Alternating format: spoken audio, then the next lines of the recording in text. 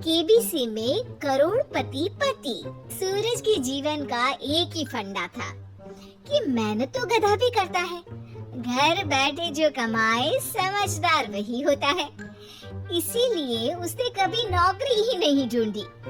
इस बात से हालांकि उसकी पत्नी शिखा बिल्कुल भी अग्री नहीं करती थी, पर फिर भी सूरज को समझाना बेकार था।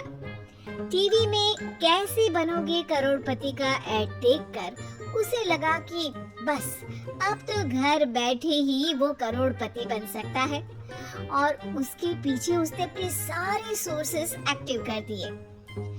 2 हफ्ते में उसके कलीग के साले के पड़ोसी के बेटे का सोर्स निकलता है जो कि उसे शो में पहुंचा सकता है, और सूरज उससे मिलने चला जाता है।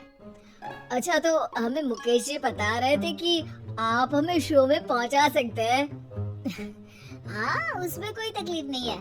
मैं कल अगर कोशिश करूँ तो इसी महीने में आपका नंबर आ जाएगा। अरे ये तो बहुत बढ़िया हो गया।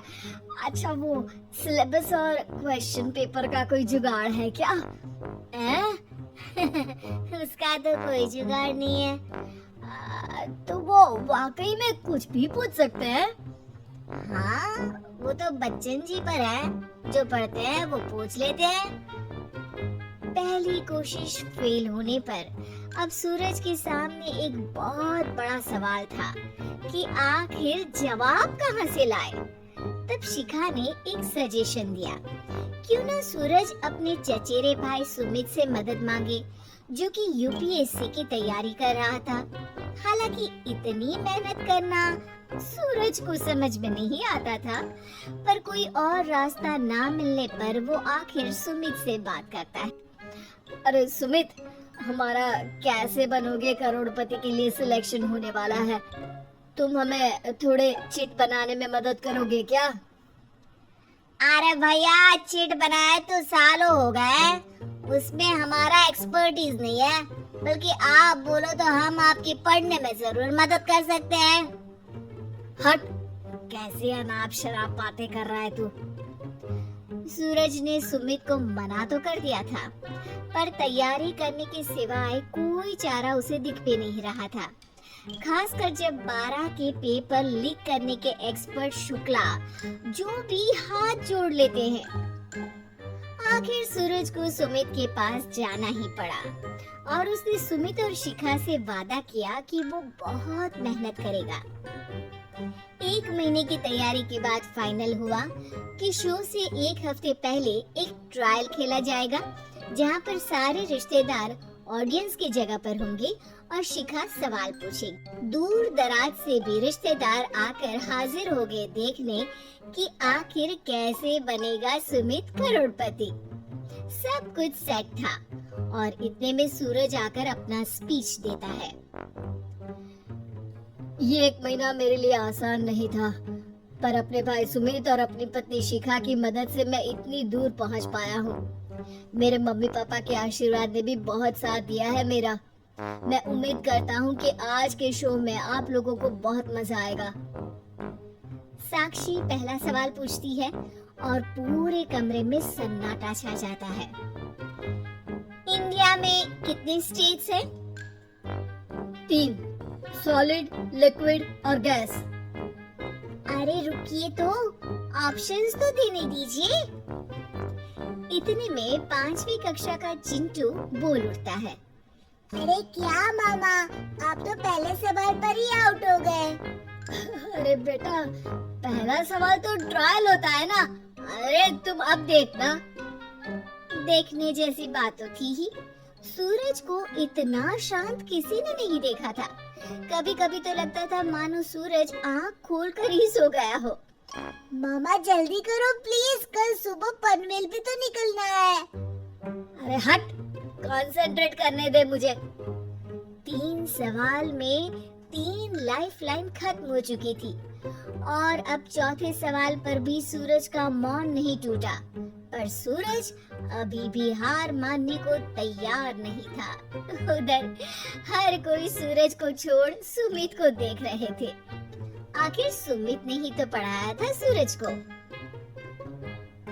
गजब बेइज्जती है यार। अरे बेटा, तो बाप का, दादा का, भाई का, सबका नाम बुड़वाएगा। अरे 3-3 लाइफ लाइन ले ली तो भी तेरा कुछ नहीं होना है। अरे कोई इतनी बात करता है क्या शो पर? अरे बेटा, शो पर तेरे जैसे भी तो नहीं आते ना। सूरज की ये जंग आखिर 1 घंटे बाद 5वें सवाल पर खत्म हो गई, जब उसने इंडिया के नेशनल बर्ड का नाम कहा, कौवा। अरे बेटा, मजा तो बहुत आया, बस थोड़ा टाइम पर खत्म होता तो आनंद भी आ जाता। ताने बारिश के बूंदों की तरह बरस रहे थे और सूरज को भी समझ आ रहा था कि ये करोड़पति बनना शायद उसके बस के बाहर की बात है। पर वो आखिर ये बात मान कैसे लेता? वो सख्त लौंडा जो ठहरा, उसने सोचा कि बेइज्जती तो हो ही चुकी है, पर अगर मैं हार नहीं मानूं तो शायद कुछ हो सकता है। शिखा, तुम देखना, असली शो में आग लगा दूंगा, आग। करोड़पति बनूंगा मैं। हाँ, सब्जियां खत्म हो गई है घर पे, ले आओ। पहले पति बन जाओ, फिर करोड़पति बनना।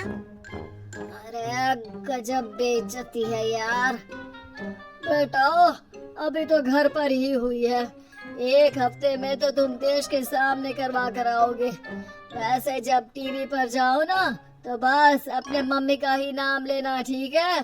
कोई पूछे तो बोलना कि पापा नहीं है मेरे। अरे पढ़ाई की, पेपर निकलवाए, इतने सारे लोगों को खाना खिलवाया, क्या फर्क पड़ा?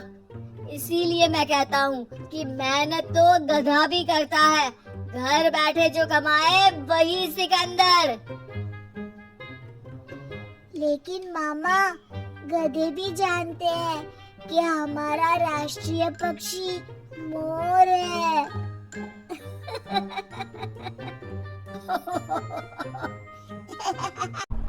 उम्मीद है कि आपको हमारी ये कहानी पसंद आई होगी। कृपया हमारे चैनल को सब्सक्राइब करें और सभी अपडेट्स के लिए बेल आइकन जरूर क्लिक करें। और हाँ, वीडियो लाइक और शेयर करना मत भूलिएगा।